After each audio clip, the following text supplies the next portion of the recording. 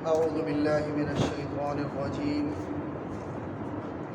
بسم الله الرحمن الرحيم.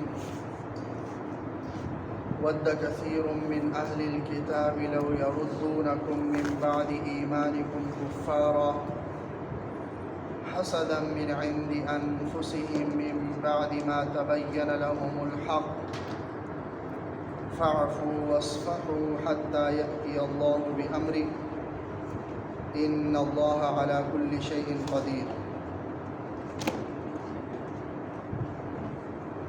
ود كثير من أهل الكتاب،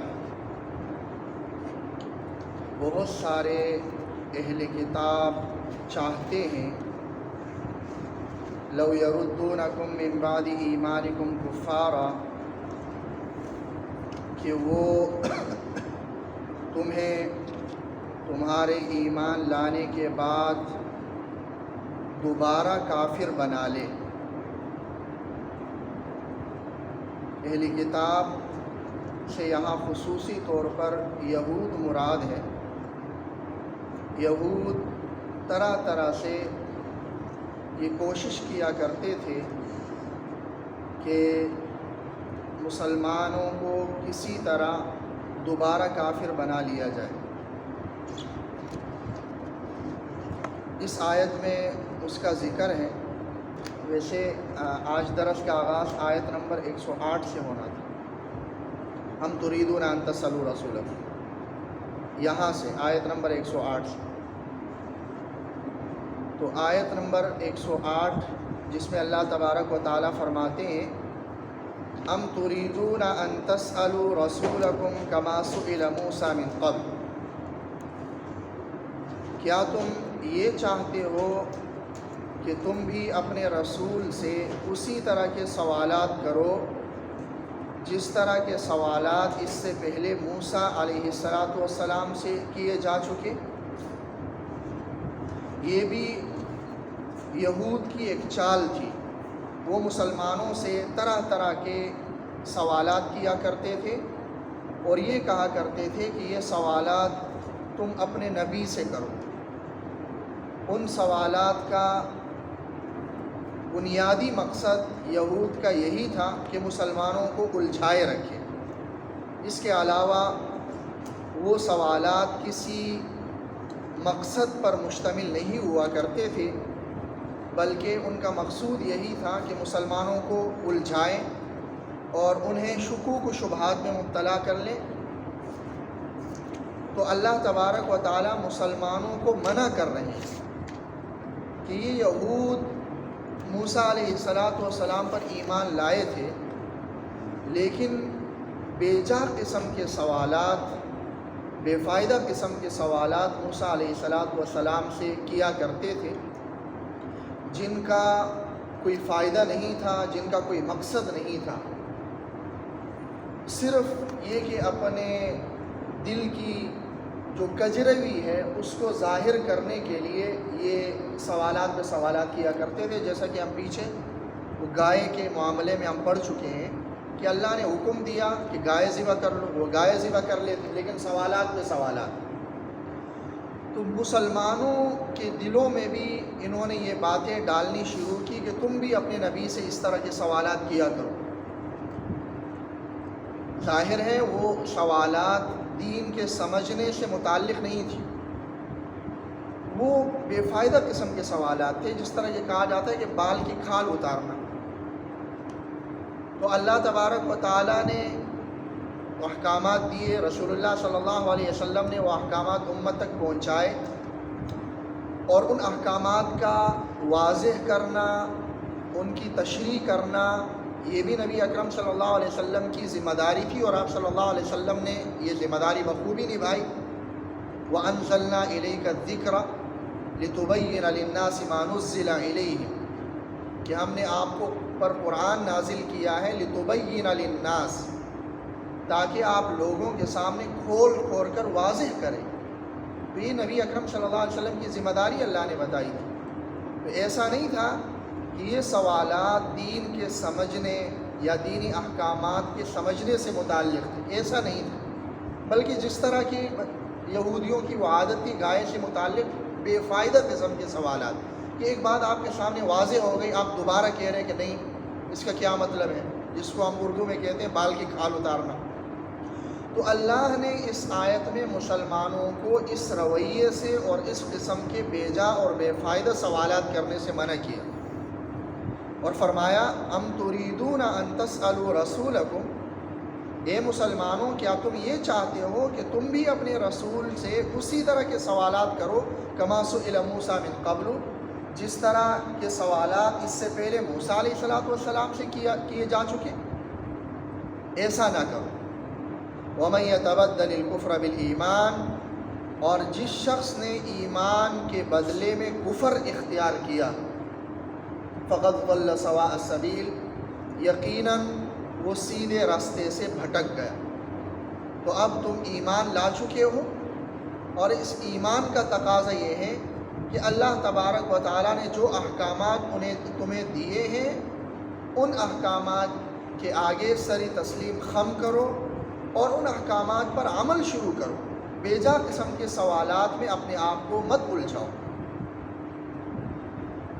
باقی رہی بات ان یہودیوں کی، تو ان یہودیوں کا واحد مقصد تو یہی ہے کہ تمہیں واپس کفر کی حالت میں لے جائیں، اور یہ مقصد ان کا اس وجہ سے نہیں ہے کہ تم کسی غلط دین پر ہو یا تم نے ان یہود کو کچھ کہا ہے، انہیں کوئی تکلیف پہنچائی، نہیں، محض دلوں کے حسد کی وجہ سے کہ یہ دین کی یہ نعمت انہیں کیوں ملی ہے، یہ حسد ہے، صرف حسد کی وجہ پر وہ یہ کرتے ہیں۔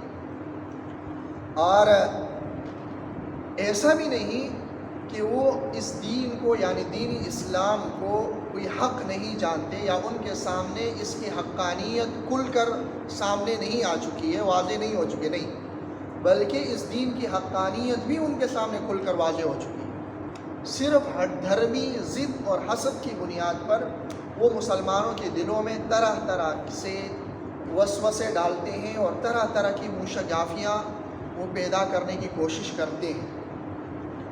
تو اے مسلمانوں، فی الحال تمہارے لیے لاہی عمل یہ ہے کہ ان کو معاف کر دو، ان سے درگزر کر دو، صرف نظر کر دو، انہیں اگنور کر دو۔ لیکن یہ حکم ان سے صرف نظر کرنے کا صرف اب تک کے لیے، آگے اللہ تبارک و تعالیٰ ان کے بارے میں کوئی حل نکالیں گے اور کوئی حکم اللہ تبارک و تعالیٰ بھیجیں گے۔ جب تک اللہ تبارک و تعالیٰ کوئی حکم نہیں بھیجتے تب تک تم نے انہیں چھیڑنا نہیں، تب تک تم نے اپنی ساری توجہ کفار مکہ کی طرف رکھنی ہے، کیونکہ وہ تمہارا اصل دشمن ہے، اور جنہوں نے تمہیں ختم کرنے کے لیے ہر قسم کی تیاریاں کی ہوئی ہیں اور ہر قسم کے عزم وہ لیے ہوئے ہیں تمہیں ختم کرنے کے لیے، لہٰذا ساری توجہ ان کی طرف کر لو، فی الحال ان کی طرف سے توجہ ہٹاؤ۔ ہاں اللہ تبارک و تعالیٰ پھر ان کے بارے میں وہ حکم تمہیں دیں گے، تب تک تم اپنے اعمال بجائے لاؤ، جس میں سر دست یہی ہے کہ نماز ادا کر لو اور زکوٰۃ ادا کر لو۔ تو اس آیت کے اندر یہ بیان کیا گیا ہے، آیت نمبر 109 کے اندر، کہ وَدَّ كَثِيرٌ مِّنْ أَهْلِ الْكِتَابِ، یہ بہت سارے اہل کتاب یعنی یہود یہ چاہتے ہیں، لَوْ يَرُدُّونَكُم مِّن بَعْدِ إِيمَانِكُمْ كُفَّارًا، کہ وہ تمہیں تمہارے ایمان لانے کے بعد کفر میں پھیر دے، یہ چاہتے ہیں، اور حسدا من عند انفسہم، یہ اپنے دلوں کی حسد کی وجہ سے، حسد ہے، اور یہ حسد بھی تمہاری کسی عمل کی وجہ سے پیدا نہیں ہوا کہ تم نے انہیں چھیڑا ہے اس وجہ سے حسد پیدا ہوا، بلکہ ان کی دلوں کی بڑاس ہے کہ کیوں ان پر یہ اسلام نازل ہوا، انہیں یہ دین اور یہ نعمت کیسے ملی۔ تو حسدا من عند انفسہم، اپنے دلوں کی حسد کی وجہ سے وہ یہ سب کرتے ہیں۔ اور ایسا بھی نہیں ہے کہ دین اسلام کی حقانیت ان پر واضح نہ ہو چکی ہو، بلکہ من بعد ما تبین لهم الحق، باوجود یہ کہ ان کے سامنے حق واضح ہو چکا ہے، ان کے سامنے حق واضح ہو چکا ہے، لیکن صرف حسد کی وجہ سے وہ یہ کرتے ہیں کہ تمہاری مخالفت کرتے ہیں اور تم سے وہ خوش اور راضی نہیں ہوتے جب تک کہ تم دوبارہ کفر اختیار نہ کرو.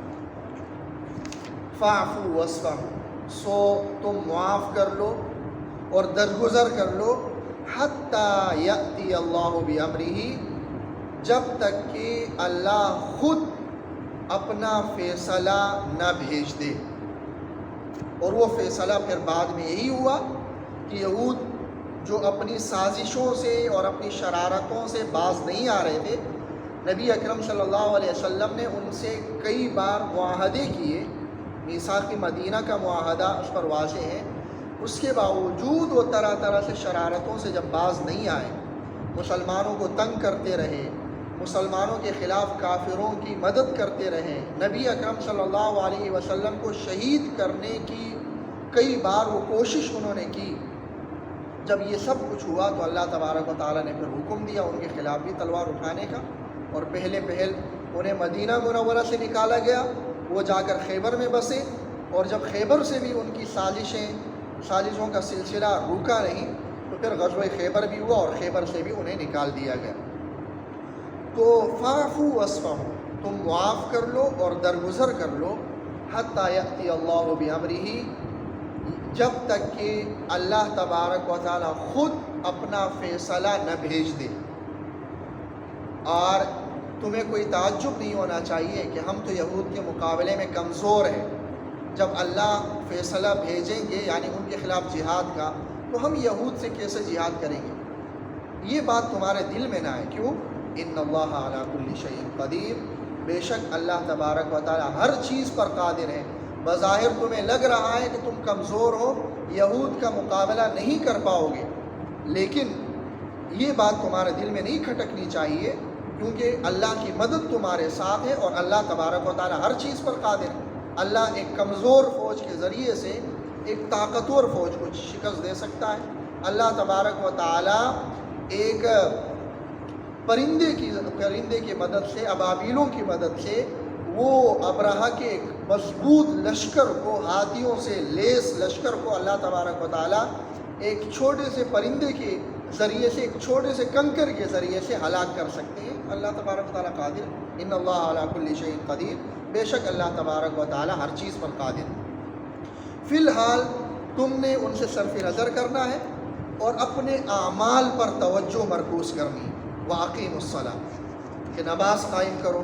وَآتُوا الزَّكَاةَ، اور زکوٰۃ ادا کرو. اور اگر تمہارے دل میں یہ بات آتی ہے کہ چونکہ ابھی جہاد کا حکم نہیں آیا، اس لیے نماز اور زکوٰۃ کے یہ اعمال کا ثواب بھی کم ہوگا، اگر تمہارے دل میں یہ بات آتی ہے تو یہ بات بھی تمہارے دل میں نہیں آنی چاہیے، بلکہ ان کا پورا ثواب تمہیں ملے گا.